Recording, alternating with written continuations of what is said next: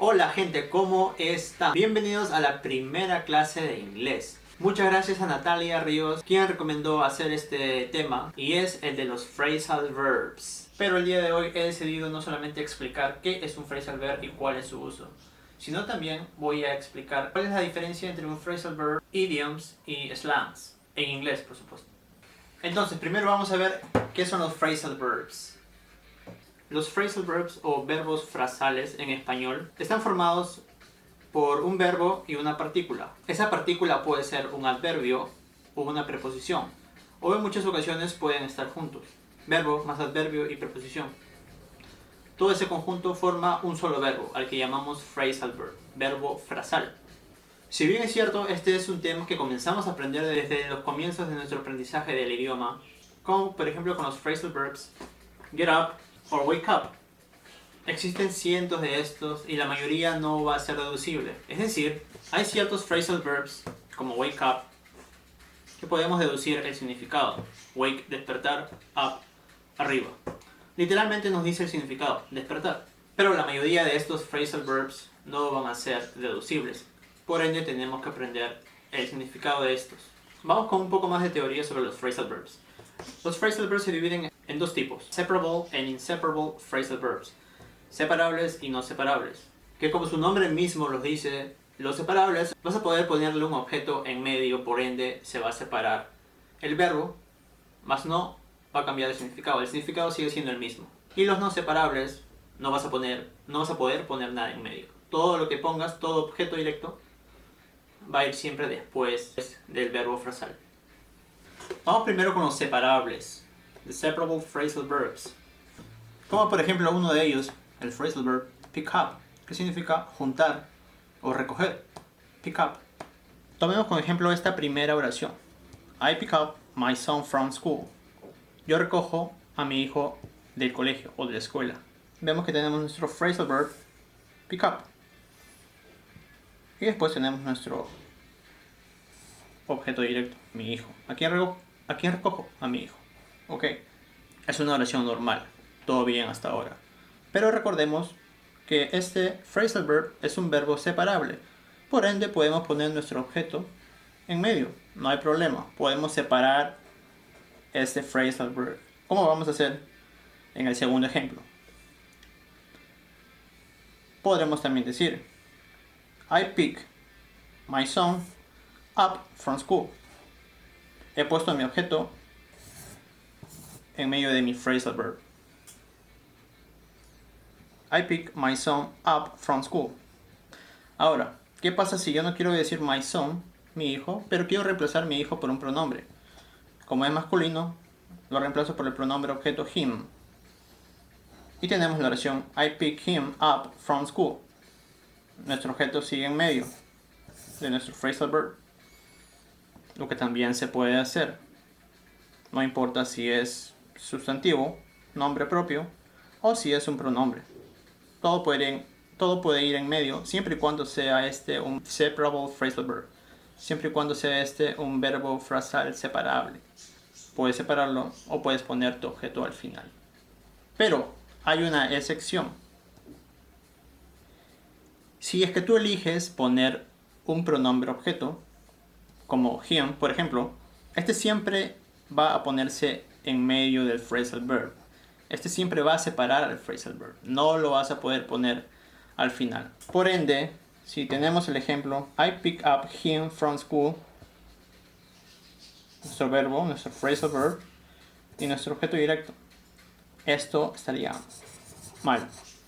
No se puede poner. Siempre que tengamos un pronombre objeto, va a ir en medio del phrasal verb. Vamos con el segundo tipo de phrasal verb, el phrasal verb inseparable, the inseparable phrasal verb. Como ejemplo vamos a tener al inseparable phrasal verb, al verbo look after, que significa cuidar, look after. Entonces, como su nombre mismo lo dice, verbo frasal inseparable, no vamos a poder poner nada en medio. Todo lo que pongamos, ya sea sustantivo, ya sea pronombre, va a ir siempre después del phrasal verb. Como por ejemplo en la primera oración. On Sundays, I look after my grandma. ¿no? Los domingos yo cuido a mi abuela, ¿no? Tengo mi phrasal verb aquí, look after, y mi objeto, my grandma, mi abuela, ¿no? Mi objeto siempre está después del phrasal verb. Ahora, de repente queremos reemplazar al objeto, my grandma, por su pronombre objeto, sería her. Como veremos aquí en la segunda oración, on Sundays, I look after her. Tenemos nuestro phrasal verb y nuestro objeto, ya sea sustantivo o pronombre, va a ir siempre después del phrasal verb. On Sundays, I look after her. Los domingos yo cuido de ella. Entonces vamos con los que no se pueden hacer. Entonces dijimos que no podemos poner nada en medio del phrasal verb. No podemos poner nada en medio del phrasal verb. Por ende, decir on Sundays, I look my grandma after estaría mal. Porque no podemos separar el phrasal verb look after. Y como último ejemplo, también decir on Sundays, I look her after. También estaría mal. Porque una vez más, no podemos poner nada en medio de nuestro phrasal verb look after. Algunos ejemplos de otros phrasal verbs separables.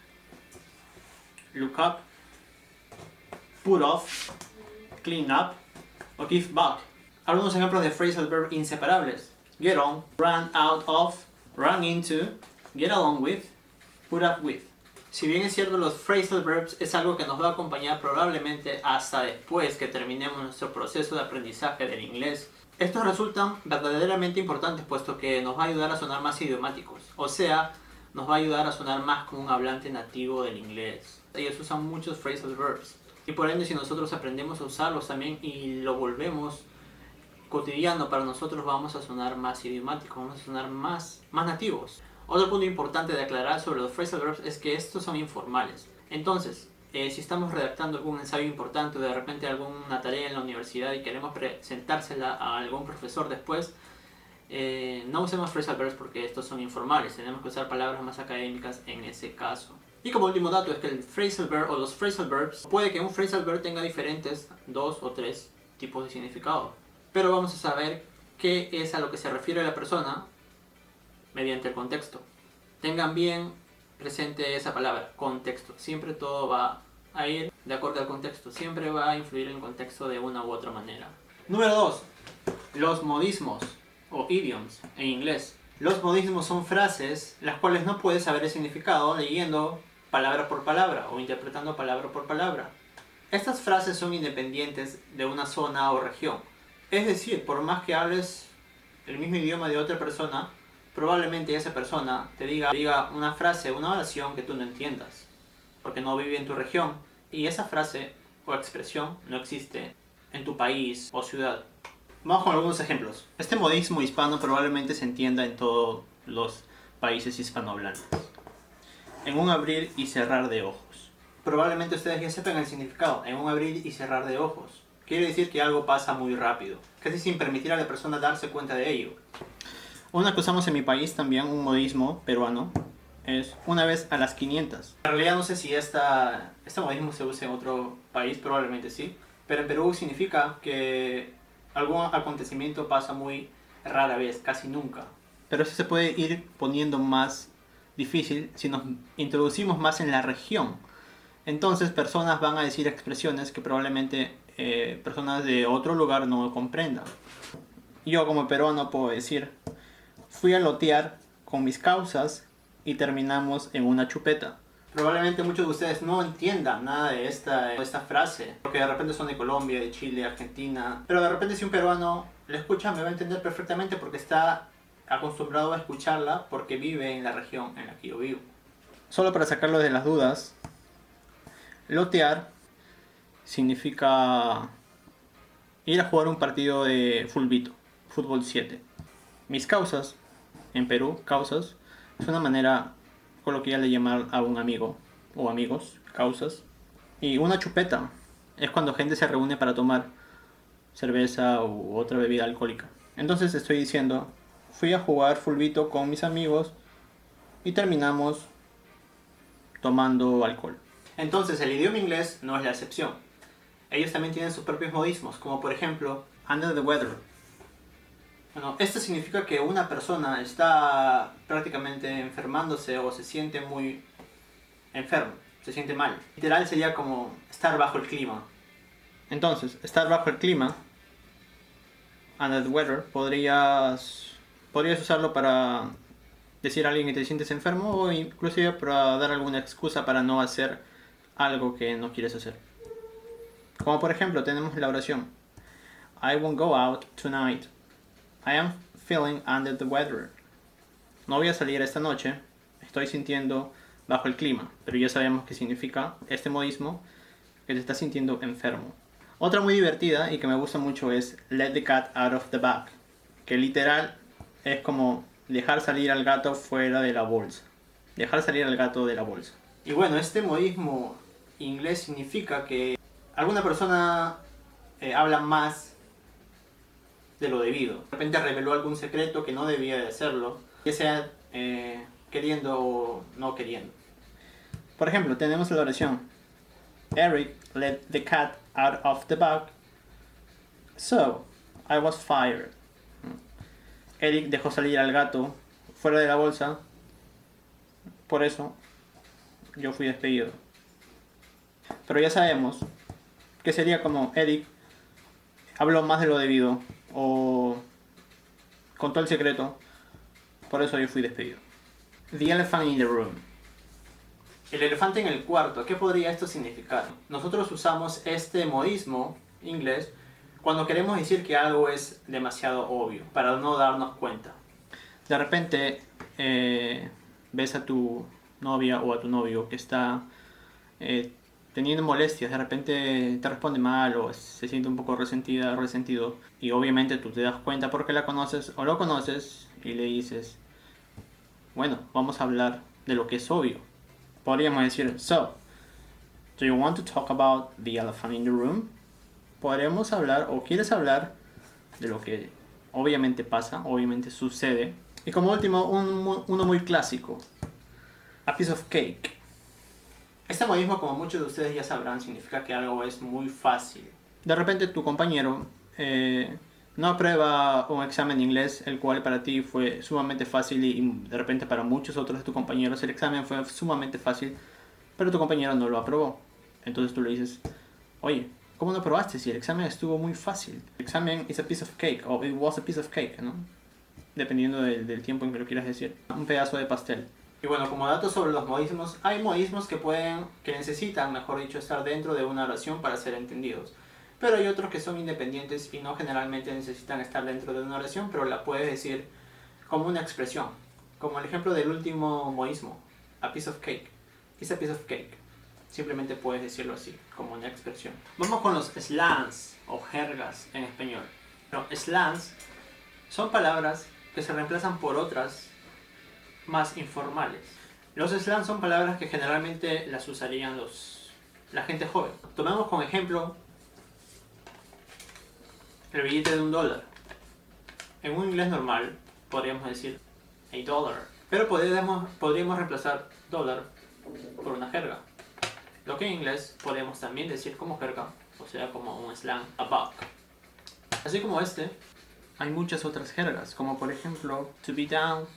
es una jerga que se utiliza para decir que estás de acuerdo o para aceptar alguna invitación u oferta. Por ejemplo, si tu amigo te dice, oye, vamos a una fiesta, y tú aceptas, ok, vamos. Do you want to go to a party?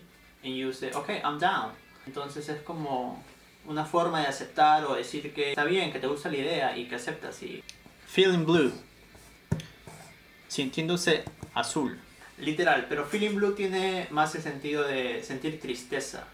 Por ejemplo, de repente algún amigo te ve triste y te pregunta, hey, what's going on? ¿Qué pasa? Y tú le dices, oh, I'm feeling blue, or I have the blues. Significa que estás sintiéndote triste, que sientes mucha tristeza. Creep. Bueno, creep es una jerga, es un slang que se utiliza para denominar a una persona que es muy rara o hace cosas muy extrañas. Como por ejemplo, alguna persona que te está acosando, ¿no? Lo que ahora llamamos stalker, ¿no? Stalker es una persona que tiene una obsesión por otra persona.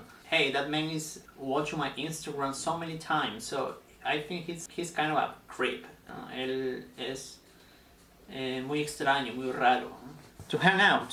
Significa pasar tiempo con alguien más, con alguna persona, con algún amigo, ¿no? De repente han escuchado la frase, hey, let's hang out, ¿no? Vamos a hacer algo, ¿no? Ya sea en algún lugar, dentro de un lugar o ya sea afuera, pasar el rato. Finalmente, como ejemplo, podemos tener también a have a blast. Having a blast puede significar, mejor dicho, significa tener un muy buen momento. Estás en una fiesta y tu amigo te llama, hey, vamos a hacer algo, y tú no quieres porque estás pasando muy bien, entonces no, te dices, hey, no, I'm at a party and I'm having a blast, so I'm gonna stay here. No voy a ir a ningún lado porque me estoy divirtiendo mucho. I'm having a blast. Y bueno, gente, espero que les haya gustado la clase. Voy a dejar como siempre unos links de phrasal verbs, idioms y slangs abajo en la descripción. Ya saben que pueden suscribirse al canal, pueden dejar su comentario si tienen alguna duda, pueden votar también en el canal si les gustó el video. Bueno, ya nos estamos viendo con la próxima clase de inglés en estos próximos días. Y bueno, eso fue todo por hoy, gente. Muchas gracias. Chao.